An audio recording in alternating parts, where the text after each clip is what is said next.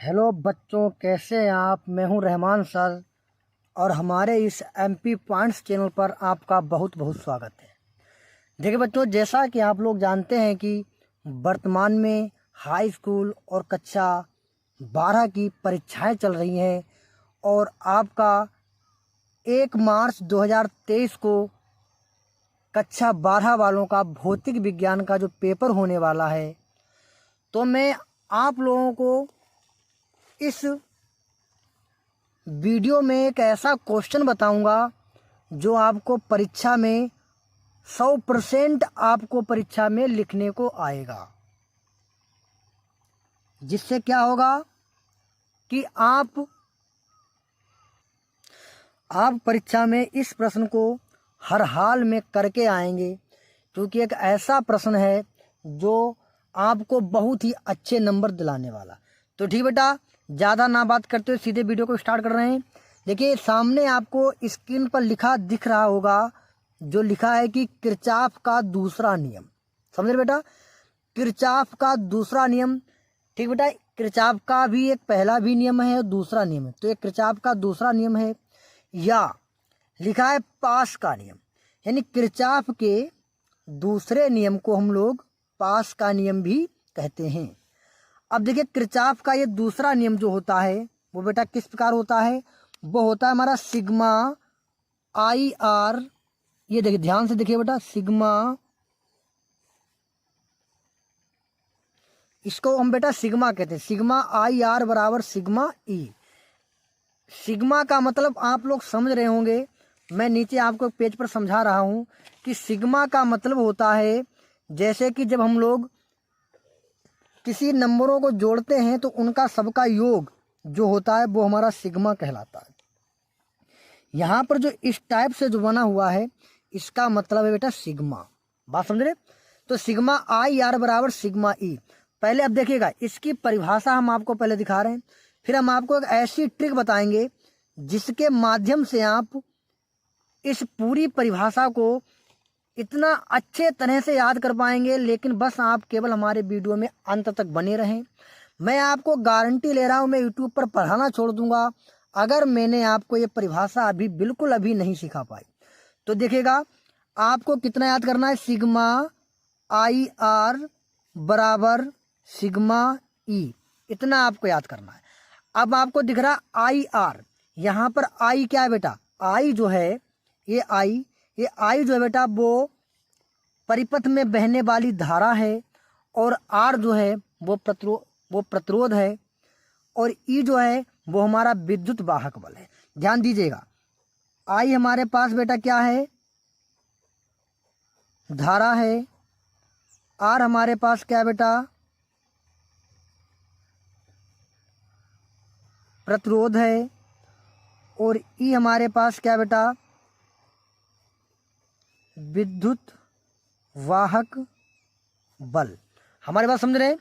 यानी इस परिभाषा को याद करने के लिए सिग्मा आई आर बराबर सिग्मा ई, यानी कि किरचॉफ के दूसरे नियम की परिभाषा को याद करने के लिए आपको केवल ये इक्वेशन याद हो, बस आप पूरी परिभाषा अपने आप ही निकाल देंगे। तो ध्यान समझिएगा, क्या है, सिग्मा आई आर बराबर सिग्मा ई। आप केवल एक इक्वेशन तो याद कर ही सकते हैं, और यदि आपने एक इक्वेशन याद कर ली तो समझो आपका पूरा नियम याद हो गया।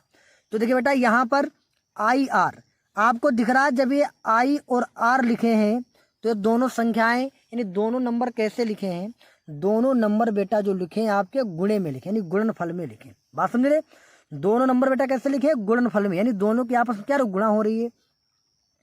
आगे नंबर जो है सिग्मा ई, इसका मतलब देखिए अब समेसन, तो इसका मतलब ये हुआ सिग्मा आई आर का मतलब है इसमें कई I one R one plus I two R two, ठीक है, इस प्रकार, और plus I three R three, इस प्रकार बेटा इसमें कई नंबर जुड़े हुए हैं, ठीक है, तब ये मिलकर के ये बना है सिग्मा आई आर। इतनी बात समझ चुके हैं। इसी प्रकार अगर बात करते हैं हम सिग्मा ई की, तो सिग्मा ई में भी बेटा हमारे पास ये ई वन प्लस ई टू प्लस ई थ्री, मतलब कई नंबर जुड़े हुए हैं। यहाँ पर ये बात निश्चित नहीं है कितने नंबर हैं, लेकिन कुल मिलाकर के आपको ये बात समझ में आ रही होगी कि यहाँ पर आई आर यानी धारा और प्रतिरोध का गुणनफल, फिर धारा प्रतिरोध का गुणनफल, ऐसे कई गुणनफल हैं जो मिलकर के सिग्मा आई आर को बना रहे हैं। चलिए देखिए, अब डायरेक्ट हम बात करते हैं परिभाषा पर। क्या इसकी परिभाषा है? परिभाषा इसकी है बेटा कि किसी वैद्युत परिपथ के प्रत्येक बंद पास के विभिन्न खंडों में प्रवाहित धारा का मान एवं उसके संगत प्रतिरोधों का गुणनफल का योग, उसमें फिर कामा लगाए, इसका मतलब दूसरी बात, उसमें लगे विद्युत वाहक बलों के योग के बराबर होता है। अब देखिएगा, यहाँ पर आइएगा, क्या लिखा? सिग्मा आई आर बराबर सिग्मा ई। तो हमने क्या बताया? क्या आप कहेंगे? परिभाषा समझिएगा, किसी भी परिपथ में बहने वाली धारा, ठीक है, किसी भी परिपथ में बहने वाली धारा तथा उस परिपथ में लगे प्रतिरोध आर के गुणनफल का समस्त योग, के गुणनफल का समस्त योग। अभी हमने आपको समझाया कि यहाँ पर कई ऐसे जो हैं, जैसे I1 R1, I2 R2, I3, इस प्रकार के कई इसमें धारा और प्रतिरोधों के गुणनफल का योग किया गया है। हमारी बात समझ नहीं समझ रहे? तो क्या लिखेंगे आप?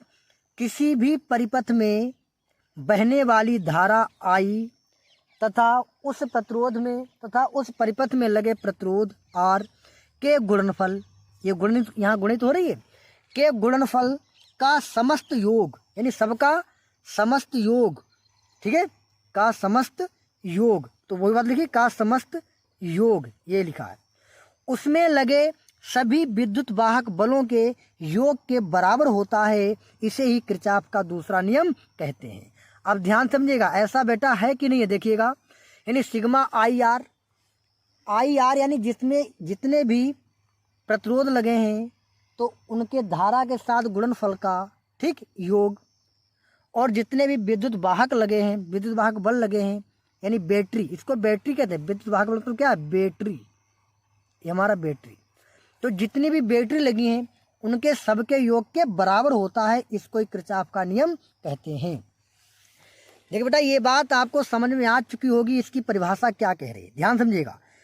फिर से कह रहे हैं, देखिए बार परिभाषा को पढ़ रहे हैं, कह रहे किसी वैद्युत परिपथ के प्रत्येक बंद पास के विभिन्न खंडों में प्रवाहित धारा का मान, प्रवाहित धारा का मान एवं उसके संगत प्रतिरोधों का गुणनफल, यानी उसमें जितनी भी धाराएं बह रही हैं उन धारा का मान एवं उसमें जितने प्रतिरोध लग रहे हैं तो उन प्रतिरोधों का गुणनफल उसमें लगे विद्युत वाहक बलों के योग के बराबर होता है।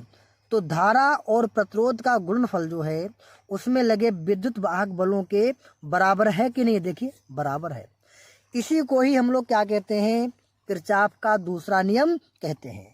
ठीक बेटा, आपको समझ में आ चुका होगा, और अगर आपको सही समझ में आया है तो आप हमारा प्रश्न कंप्लीट होने दें, हम आपको जब इसका चित्र समझाएंगे तो आपको बहुत अच्छी तरह से समझ में आ जाएगा। तो ध्यान दीजिएगा। अब ये कहते हैं कि इस नियम का प्रयोग करते समय धारा की दिशा में चलने पर, देखिए क्या बात कह रहे हैं, ये बात हम आपको समझाएंगे आगे चल के, आप केवल इतना पढ़िएगा कि इस नियम का प्रयोग करते समय धारा की दिशा में चलने पर धारा और प्रतिरोध का गुणनफल, यानी धारा और प्रतिरोध का गुणनफल, कहाँ बेटा? ये है, ये धारा का और ये प्रतिरोध का गुणनफल, मतलब इसी धारा का और प्रतिरोध का गुणनफल धनात्मक लिया जाएगा, कह रहे हैं, और विपरीत दिशा में चलने पर ऋणात्मक लिया जाएगा। अब हम आपको समझा रहे हैं, देखिए ध्यान से। जैसे अगर हम इसके लिए हम आपको एक चित्र दिखा रहे हैं, आप ध्यान से समझिएगा। जैसे कि बेटा ये एक चित्र है, ठीक है, ये इसी का ही चित्र है, ठीक है बेटा, ये इसी का ही चित्र है, ठीक है, इसको हम लोग किरचॉफ का दूसरा नियम कहते हैं।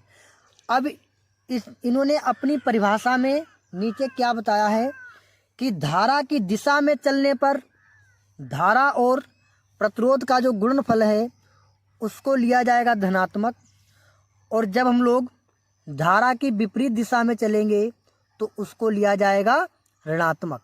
तो ध्यान समझिएगा, बहुत अच्छा टॉपिक है बेटा, ठीक है। तो उसको कैसा लेंगे हम? तो उसको लेंगे बेटा हम लोग ऋणात्मक। अब ध्यान समझिएगा, ये किरचॉफ का दूसरा नियम है। ये चित्र आपको सामने दिख रहा होगा, A B C D E F, इस प्रकार का चित्र आपको परीक्षा में बनाना पड़ेगा, यही हमारा किरचॉफ का दूसरा नियम कहलाता है। अब ध्यान से समझिएगा,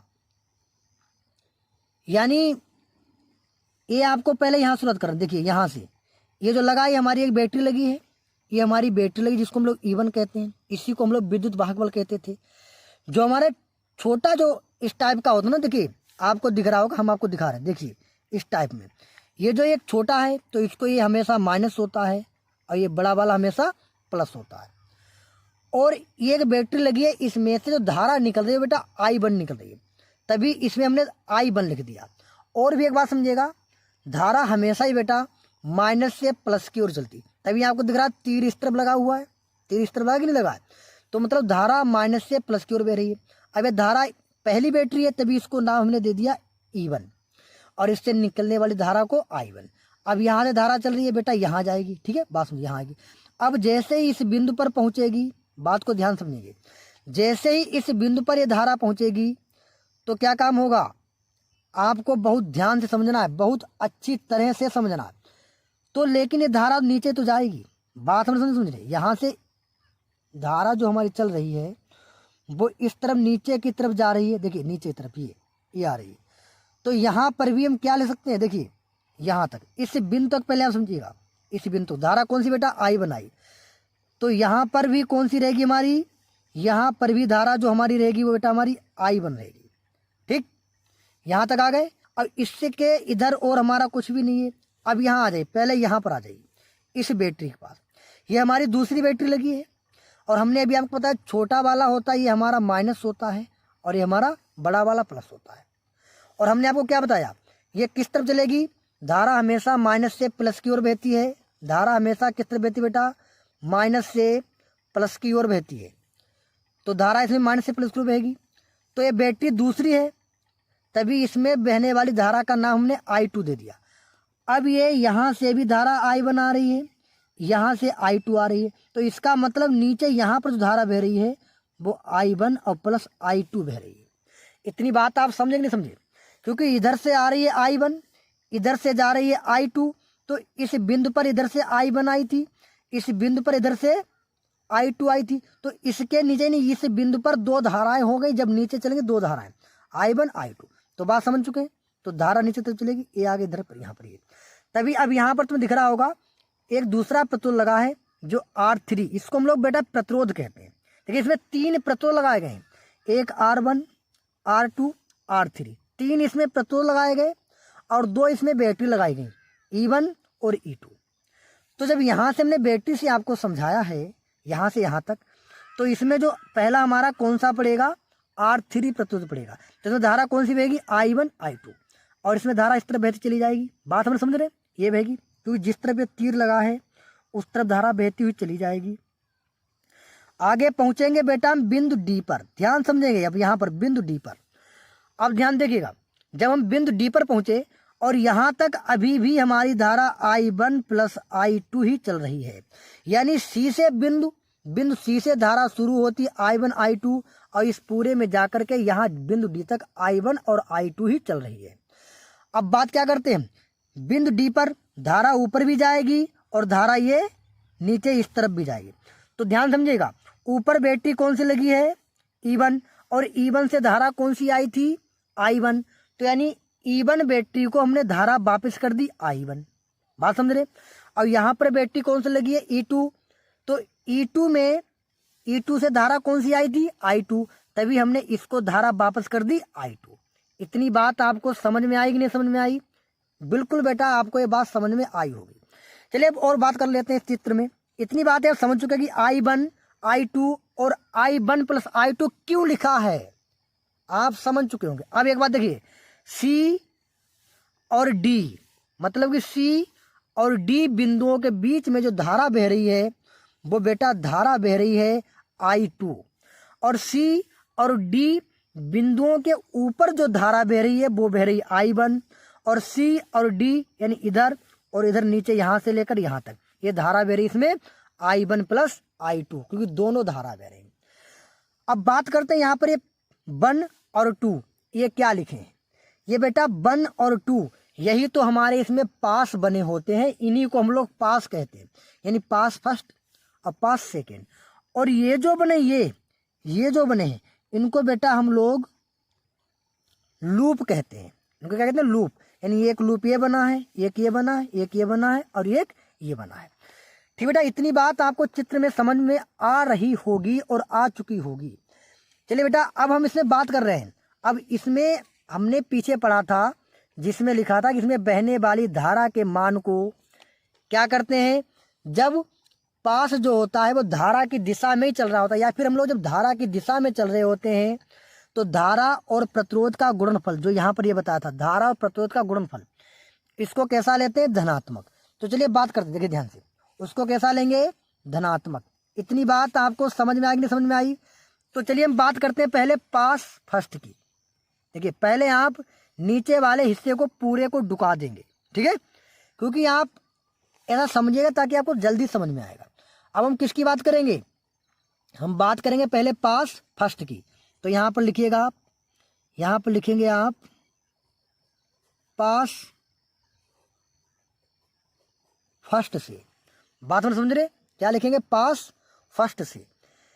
ठीक है, पास फर्स्ट। देखिए हमारे पास एक दूसरा पेज है, वरना आप समझो सर जी तो चित्र में लिखने लग गए। चित्र में बेटा नहीं लिख रहे हैं, ये नीचे हमने दूसरा पर। देखो दो पास है तो इसके दो समीकरण बनेंगे।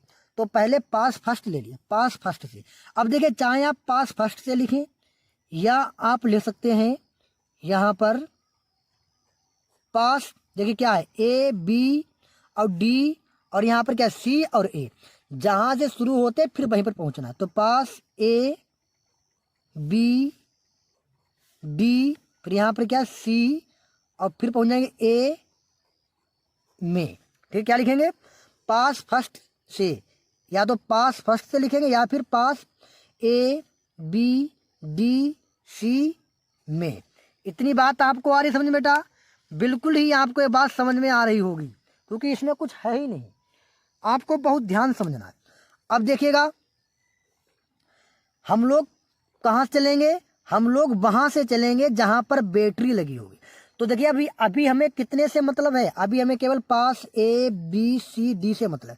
तो जहां पर बैटरी लगी वहां चलेंगे। तो यहाँ पर बैटरी लगी है, यहाँ चलें, यहाँ चल रहे, ध्यान समझिए, यहाँ चल रहे हैं, यहाँ चल रहे, ये पहुंच गए, ये पहुंच गए, फिर यहाँ बैटरी आ गई, इससे मतलब नहीं है। फिर आ गए यहाँ पर। कुछ बात आ रही समझ बेटा? कहाँ पर आ गए हैं? यहाँ पर आ गए। तो अब ध्यान से देखिएगा, यहाँ पर आपको दिख रहा होगा कि हमारा पास जो है वो हमारा इस तरफ जा रहा है। देखिए ध्यान से, पास हमारा इस तरफ जा रहा है और धारा हमारी इस तरफ जा रही है। अब बात को समझने की कोशिश करिएगा, पास हमारा इस तरफ जा रहा है और धारा हमारी इस तरफ जा रही है। बस यही बात तो नीचे बताई गई थी उसमें परिभाषा के नीचे, कि अगर हम लोग पास से विपरीत चल रहे हैं तो धारा का और प्रतिरोध का जो गुणनफल होगा उसको हम बेटा कैसा लिखेंगे? उसको हम लोग लिखेंगे ऋणात्मक। इतनी बात आपको समझ में आ रही नहीं समझ आ रही बेटा? बिल्कुल समझ में आ रही होगी। अब ध्यान समझिएगा, बहुत ही ध्यान से आपको समझना है। तो देखिए ये तो फिर से अगर बता रहे हैं, धारा जा रही इस तरफ, लूप जा रहा उस तरफ, मतलब दोनों चीजें विपरीत हो गई। तो क्या काम करेंगे? यहाँ पर प्रतिरोध लगा R2 और धारा बह रही I2, और दोनों का जो गुणनफल करेंगे वो क्या हो जाएगा हमारा? I2 और R2। इतनी बात समझ गए? तो इसको कैसा लिया जाएगा? धनात्मक। तो पहले प्लस लगाया नहीं जाता, समझ गए? आगे बढ़िएगा, आगे कहीं पर ही हमें वहां पर रुकना है जहां पर प्रतिरोध मिलेगा। ए आ गए यहाँ पर, ये प्रतिरोध लगा हमारा R1। अब यहाँ ध्यान दीजिएगा, जिस तरफ देखिए धारा किस तरफ जा रही है, इसमें धारा इस तरफ जा रही है और लूप भी हमारा उसी तरफ जा रहा है। जा रहा कि नहीं बताइए? धारा इस तरफ जा रही है, लूप। देखिए बेटा यहाँ पर थोड़ा गलत आ गए, यानी यहाँ पर लूप और धारा दोनों कैसी हैं? विपरीत हैं। विपरीत है तो माइनस का लिया जाएगा। ठीक है बेटा? सॉरी बेटा, क्योंकि थोड़ी गलती कर गए थे।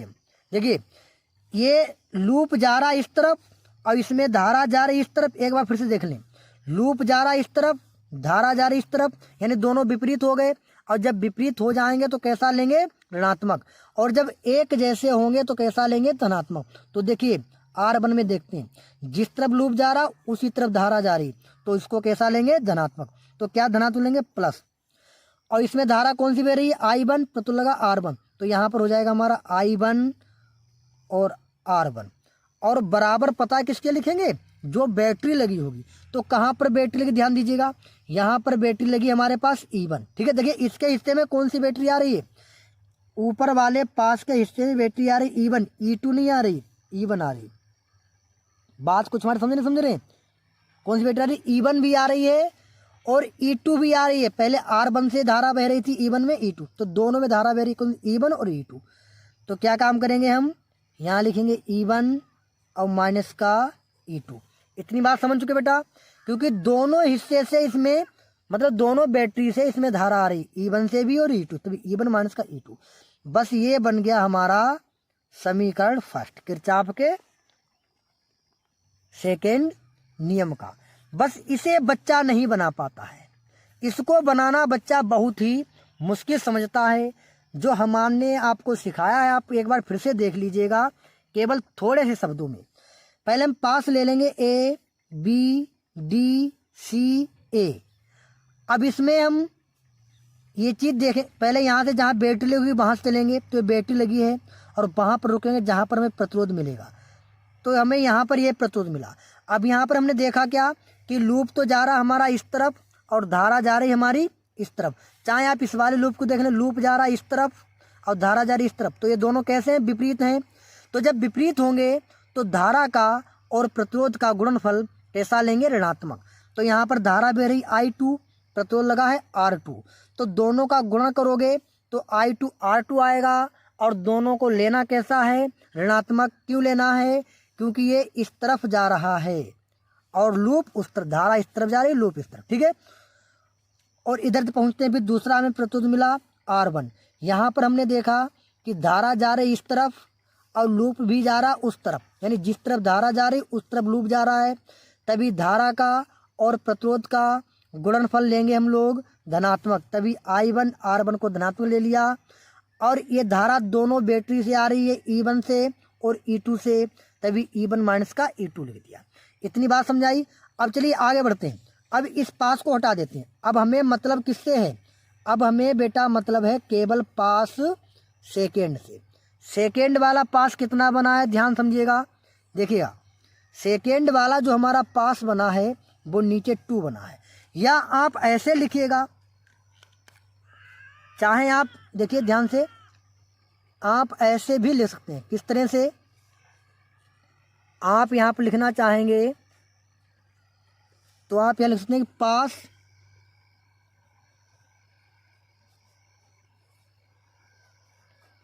सेकेंड से लिखें, या आप लिख सकते हैं पास, कौन सा पास लेंगे, अब देखिए नीचे वाला पास लेंगे तो आप लिखेंगे C D, फिर यहाँ पर क्या F E में। इतनी बात बताइए, समझ में आई नहीं समझ में आई, नीचे वाला हमने पास लिया। अब इसमें भी वही नियम स्टार्ट करेंगे हम लोग। देखिए अब आपको ये वाला जल्दी समझ में आ जाएगा। भाई यहाँ पर बैटरी, इस बैटरी से चलते हैं निगेटिव से पॉजिटिव की ओर, यहाँ चल रहे हैं हम, ये पहुँचे, अभी हमें कोई प्रतिरोध भी नहीं मिला। नीचे पहुँचेंगे, ये देखिए बेटा हमें यहाँ पर प्रतिरोध मिला, ध्यान देखिए, ये प्रतिरोध मिला कि नहीं मिला, मिल गया R3। और इसमें देखना है इसमें धारा कौन सी बह रही है, R3 में धारा बह रही है I1 प्लस I2, ध्यान समझ रहे। अब यहाँ पर क्या देखना है, देखिए जिस तरफ बेटा लूप जा रहा है उसी तरफ धारा जा रही है, तो धारा और प्रतिरोध का गुणनफल कैसा लेंगे, धनात्मक। तो क्या काम करेंगे यहाँ पर हम, R3 और I1 प्लस I2, ठीक, दोनों कैसे लेंगे, धनात्मक, तभी हमने आगे माइनस नहीं लगाया। बात हमारी समझ रहे कि नहीं समझ रहे, तभी हमने यहाँ पर ये माइनस नहीं लगा। क्यों नहीं लगा, क्योंकि प्लस का है और आगे प्लस लिखा नहीं जाता कभी भी। अब आगे चलते हैं, फिर पहुँच गए यहाँ पर, फिर आकर के हमें यही प्रतिरोध, ये कॉमन प्रतिरोध दोनों में, फिर आकर के हमें यही प्रतिरोध, अच्छा कहाँ पर सुना, CDFE में, तो यही तो प्रतिरोध हमारा था, यहाँ से यहाँ तक यही तो पास है। तो ये वाला हमें प्रतिरोध मिला, इसमें धारा बह रही I2 और प्रतिरोध लगा हमारा R2। अब देखिए इसमें भी जिस तरफ जा रही धारा उसी तरफ तो जा रहा है लूप, ध्यान देखिएगा, जिस तरफ जा रही है धारा उसी तरफ जा रहा है लूप, तो इसका मतलब इसको भी कैसा लिखेंगे, प्लस का लिखेंगे। अगर यहाँ पर धारा और लूप दोनों ही कैसे होते, विपरीत होते, तो माइनस लिखते। तो यहाँ पर क्या लिखेंगे, I2 R2, ठीक है, और बराबर। और इसमें धारा किससे मिल रही बताइए, इसमें हमें देखिए CDEFEC में इसके हिस्से में कौन सी बैटरी आ रही है, इसके हिस्से में केवल E2 बैटरी आ रही। भाई देखिए बेटा, इसके हिस्से में जो ऊपर बैटरी लगी, ध्यान देखिएगा, ऊपर बैटरी बहुत थोड़ी ना आ रही, इसके हिस्से में केवल E2, तो बराबर यहाँ पर लिख देंगे हम E2। ये बन जाएगा हमारा समीकरण सेकेंड। इतनी बात आपको समझ में आएगी, नहीं समझ में आई? केवल बस आपको यही समझना है कि जिस तरफ लूप जा रहा है और अगर उसी तरफ धारा जा रही है, तो धारा और प्रतिरोध दोनों के मान को धनात्मक, गुणनफल के मान को धनात्मक लेंगे। और अगर धारा का मान और लूप का मान बदल जा रहा है, तो फिर हम लोग वहाँ पर ऋणात्मक लेंगे। इतनी बात आपको समझ में आ चुकी होगी। अब देखिएगा, हम इसको थोड़ा और भी अब देखिए चित्र का कुछ काम नहीं रह गया है, अब हम इसको थोड़ा सोल्व भी कर सकते हैं। किस प्रकार सोल्व कर सकते देखिएगा, अगर आप थोड़ा इसको और भी सोल्व करना चाहें तो आप इसको थोड़ा सोल्व कर सकते हैं। आप यहाँ पर लिखेंगे कि समीकरण फर्स्ट से, समीकरण फर्स्ट को देखिएगा, देखिए माइनस वाला पहले नहीं अच्छा लगता, तो पहले हम इसको लिख सकते हैं, यानी I1 और यहाँ पर क्या लिखते हैं बेटा, I1 R1, ऐसे इसको हम लोग लिख सकते हैं, ठीक है। फिर ये माइनस का है, तो माइनस का यहाँ पर लिख देंगे I2 R2 और बराबर E1 माइनस का E2। इस प्रकार भी इसको लिखा जा सकता है।